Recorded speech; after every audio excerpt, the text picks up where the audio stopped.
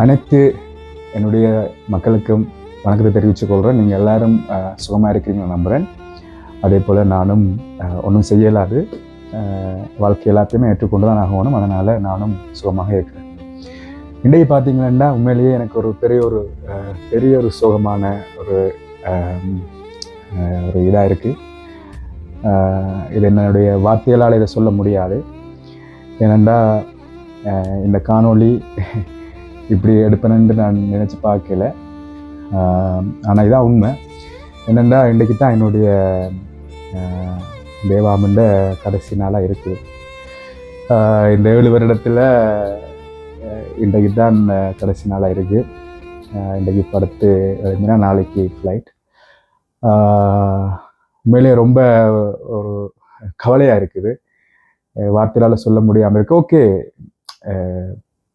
அது எப்படி சொல்கிறது, 7 வருடமாக இந்த ரூம் பார்த்தீங்களா ப்ரோ, கஷ்டத்தி காட்டு ப்ரோ. இதான் என்னுடைய ரூம். இந்த 7 வருஷமாகவும் எனக்கு என்னுடைய வீடாக இருந்தது. இது ரொம்ப அப்படி இப்படி அசிங்கமாக தான் இருக்கும். ஏனெண்டா கொஞ்சம் துப்புரவு பண்ணிட்டு இருக்கிறேன். இது பார்த்தீங்கன்னா என்னுடைய பெட்டு எல்லாம் அப்படித்தான் இருக்கும். இதை பார்த்தீங்கன்னா இது என்னுடைய கூட காட்டாதீங்க, இது என்னுடைய காதலி எனக்கு அனுப்பின கடிதங்கள், அம்மா அனுப்பின கடிதங்கள். எனக்கு அந்த சும்மா அந்த தூளுகள், கருவாடுகள், சின்ன சின்ன சாமான்கள் முந்தி எனக்கு அனுப்பும்போது அப்படி கடிதங்கள், அப்படி இப்படி என்று சில நினைவுகள் எல்லாம் இருக்குது. உண்மையிலேயே எனக்கு பெரிய ஒரு வார்த்தையால் சொல்ல முடியாது. ஏன்னா ப்ரோ, வாயால் சிரிக்கிறேன், ஆனால் உங்களுக்கு ரொம்ப கவலையாக இருக்குது.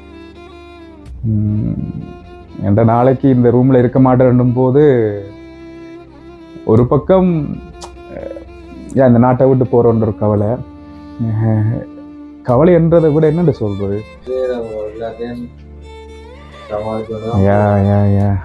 சரி ஓகே. நான் இப்போ என்னண்டா, இன்றைக்கு நான் இருந்தேன். நான் அப்போ அண்ணன் இப்போ இந்த ரூமுகளை துப்புரவு பண்ணி கொண்டிருக்கும் போது தான் எனக்கு யோசித்தேன், ஓகே இது ஒரு காணொலியாக எடுத்து போடுவோம்.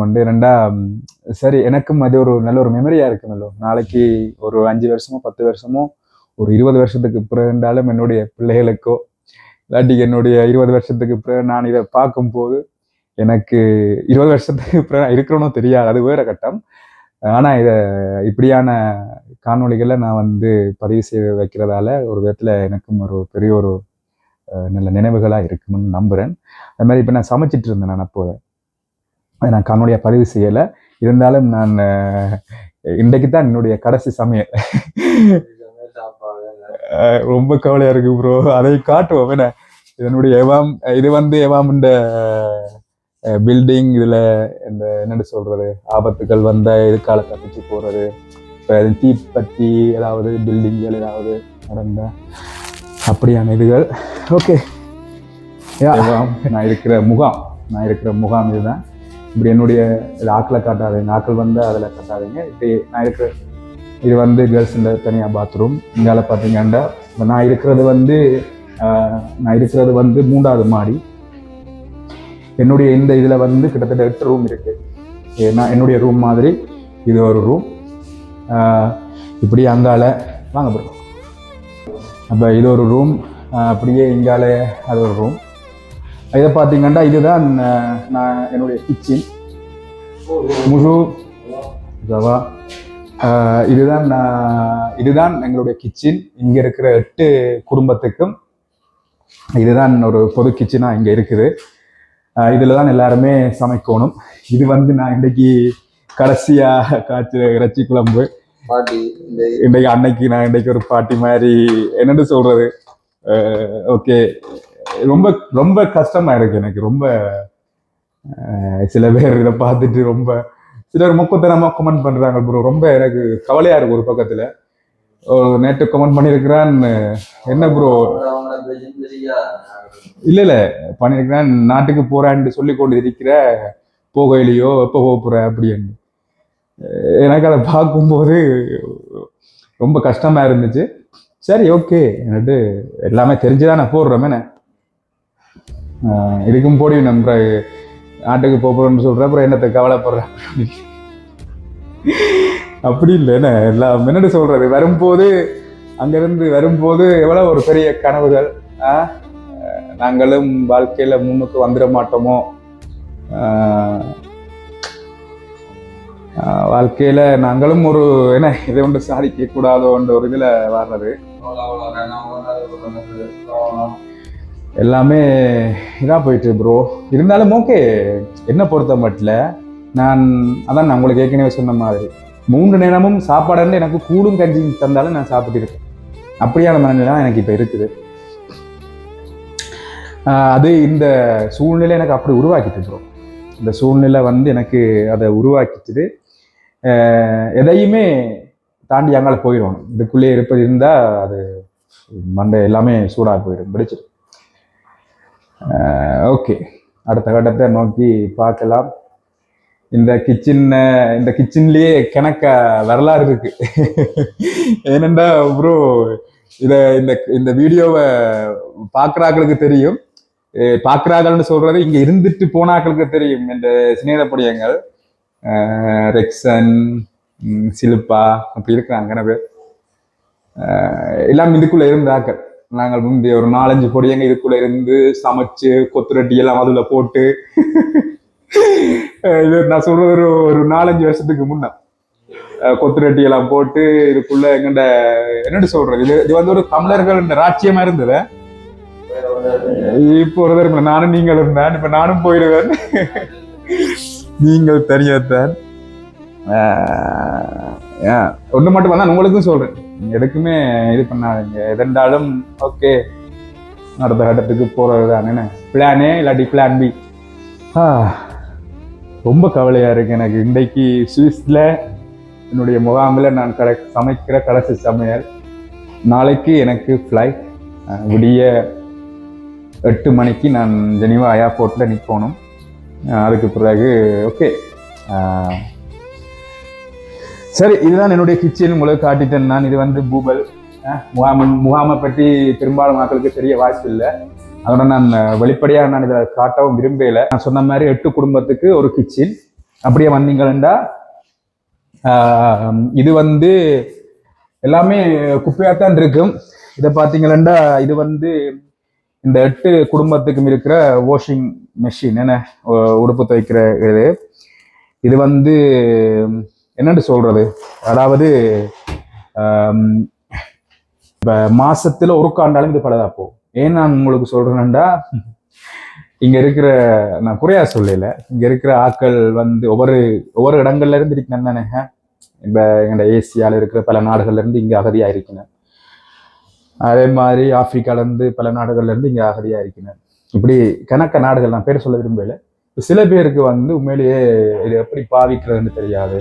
சில பேருக்கு பாவிக்க தெரிஞ்சாலும் ரொம்ப போதையை போட்டுட்டு வந்து அப்படியே மிஷின் அப்படியே திறந்து அப்படியே அடிச்சு இது பண்றது.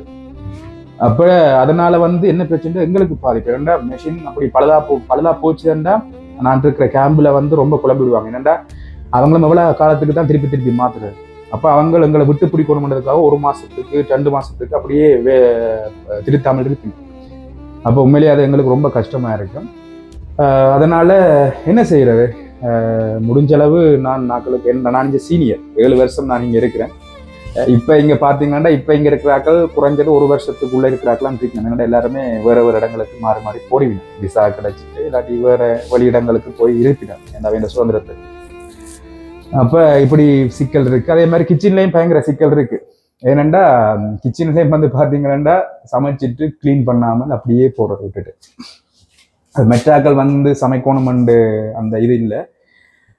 தாங்க சமைச்சிட்டு அப்படியே கறி எல்லாமே சிந்துப்பட்டு அப்படி இப்படி கிடக்கும். அதை துப்புரவு பண்ணணும் இது இல்லை. அதனால அதுலேயும் ஒரு பெரிய பிரச்சனைகள் வர்றது தான். அது மாதிரி பெப்பு, இந்த கிச்சனுக்கு இருக்கிற அந்த பெப், அதை காட்டுறோம் வாங்க.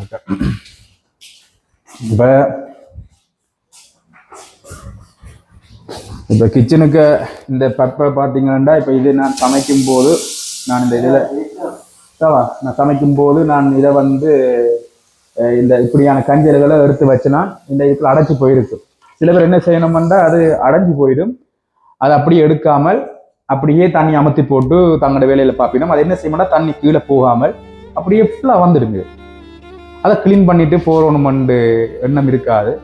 இதனாலேயே பெரிய பிரச்சனை ஆகுறது. அப்போ அதனால இதுல ஏற்கனவே படமும் போட்டிருக்கிறோம். ஏற்கனவே பார்த்தீங்கன்னா தெரியும், இதுல இந்த கஞ்சல் இருந்தால் இப்படி இருக்கக்கூடாதுன்னு போட்டு இதை கிளீன் பண்ணணும்னு சொல்லி இங்கே பாருங்க, அடுப்பையும் இப்படி இருக்கக்கூடாது, இதையும் கிளீன் பண்ணி போடணும் வந்து அப்படி போட்டுருக்கு. அதோட இங்கே ஏதாச்சும் அவசரத்துக்கு தீ பற்றினா இதை வந்து உடனே இப்படி எடுத்து அதை அணைக்கலாம். மற்றது இதை பார்த்தீங்கன்னா இதை காட்டுங்க ப்ரோ. இந்த மெஷின் பார்த்தீங்கன்னா இந்த மெஷின் சொன்ன இந்த மைக்ரோ அவன் வந்து ஒரு நான் நினைக்கிறேன் ஒரு வருஷத்துக்குள்ள ஒரு 3-4 நேரம் இதை புதுசு கொண்டு வந்து போடிடணும். அதில் ஏனெண்டா இங்கே இருக்கிற நான் ஏற்கனவே சொன்ன மாதிரி தான், கன பல நாடுகள் இருந்திருக்கணும் அவளுக்கு தெரியாது. அதில் எழுதி போட்டிருக்கு இதில் என்னென்ன வைக்கக்கூடாது.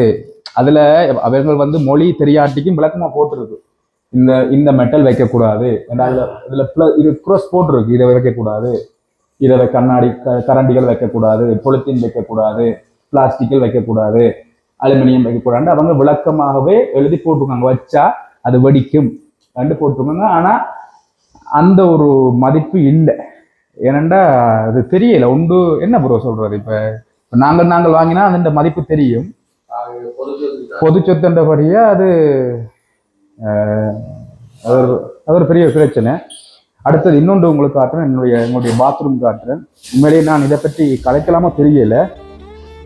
என்னென்று சொல்றது, இங்க இருக்கிற அரவாசி பேரும் கேம்பில் இருக்கிறதுக்கு விரும்பாததுக்கு காரணம் இந்த பாத்ரூம் தான். ஏனென்று பார்த்தீங்கன்னா அவ்வளவு குப்பையா இருக்கும் பாத்ரூம், நினைச்சு கூட பார்க்க இயலாது. ஏனெண்டா அதை நான் சப நாகரிகம் கருதி நான் தெளிவாக அதை கதைக்க விரும்பல. அவ்வளவு குப்பையா இருக்கும். இதனால உங்களுக்கு இன்றைக்கு எப்படி இருக்கோ தெரியல. ப்ரோ இன்றைக்கு எப்படி தெரியலையா? இதுதான் என்னுடைய பாத்ரூம். இதுல பாத்தீங்கன்னா இது வந்து குளிக்கிறார, இது குளிக்கிறார. இங்கால பாத்தீங்கன்னா இங்கால வந்து வெஸ்டர்ன் டாய்லெட் இருக்கு. இன்றைக்கு கொஞ்சம் என்ன நல்ல பெட்டரா இருக்கு நினைக்கிறேன், கிளீன் பண்ணிட்டாங்க போல. இது வந்து இந்தியன் முறை டாய்லெட் இருக்கு. ஓகே, இது வந்து இங்கால பாத்தீங்கன்னா இங்கால கண்ணாடி. ஓகே, இங்கால கதவு கீட்டர் எல்லாம் இருக்கு. உண்மையிலேயே ரொம்ப ரொம்ப குப்பையா இருக்கும். அது வார்த்தையால சொல்ல முடியாது. அதோட வந்து ஒரு என்னன்னு சொல்றது, ஒரு 8 குடும்பம் மண்டா கிட்டத்தட்ட ஒரு 10-15 பேர் இதுக்குள்ள இருக்குன்னு. அவைகளுக்கு இந்த டாய்லெட் தாண்டும் போது அது இடப்பற்றாக்குறையா இருக்கும். அது இருந்தாலும் ஓகே, அது சவா ஓகே. ஆனாலும் இந்த சுத்தம் இல்லாமல் இருக்கிறது அது ஒரு பெரிய ஒரு வருத்தமா இருக்குது. அதனாலதான் பெரும்பாலுமான ஆட்கள் இங்கே கேம்பில் இருக்காமல் வெளியில போறதுக்கு முக்கியமான காரணமும் இந்த டாய்லெட் பிரச்சனை.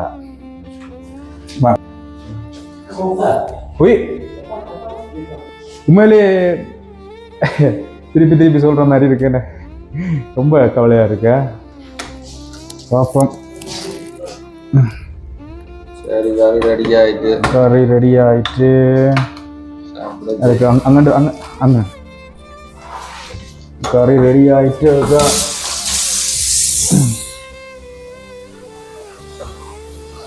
ஊருக்கு போன ஒரு விஷயம் ஒன்று இருக்கு, அம்மாண்ட சமையல். ஓகே, சவா. அதான் நான் உங்களுக்கு ஏற்கனவே சொன்ன மாதிரி சும்மா திருப்பி காட்டுங்க. ஓகே காணுங்க இங்க திருப்புங்க. நான் உங்களுக்கு ஏற்கனவே சொன்ன மாதிரி எல்லாம் கொட்டி அடிச்சு இதாயிட்டுது. ஓகே, ஒன்றும் செய்யலாது,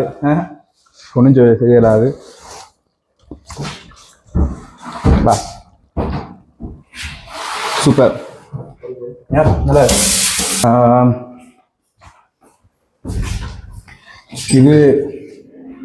இது வழி என்ட்ரி. இது அப்படியே மாடி அப்படியே கீழே போகுது. கீழே ஏ ஆக்களை காட்டாம விட்டா சரியா நாங்கள் ஆக்களை காட்டாம விட்டா சரியா அவன் வாரான்.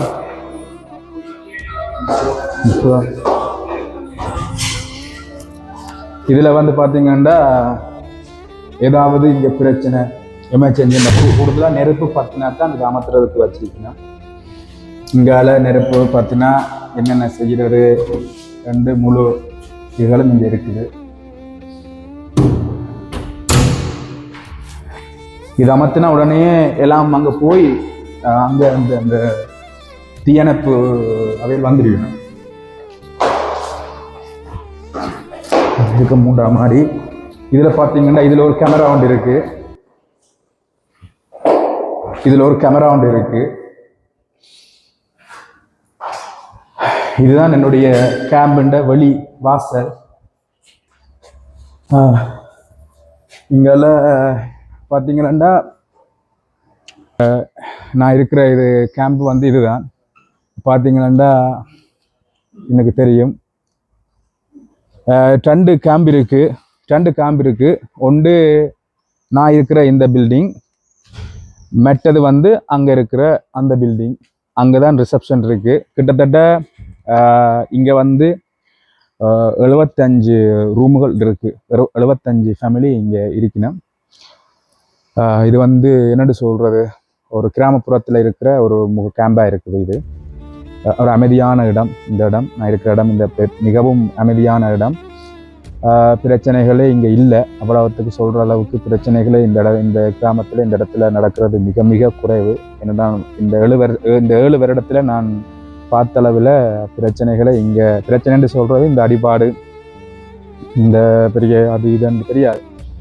அது மிகவும் குறைவு.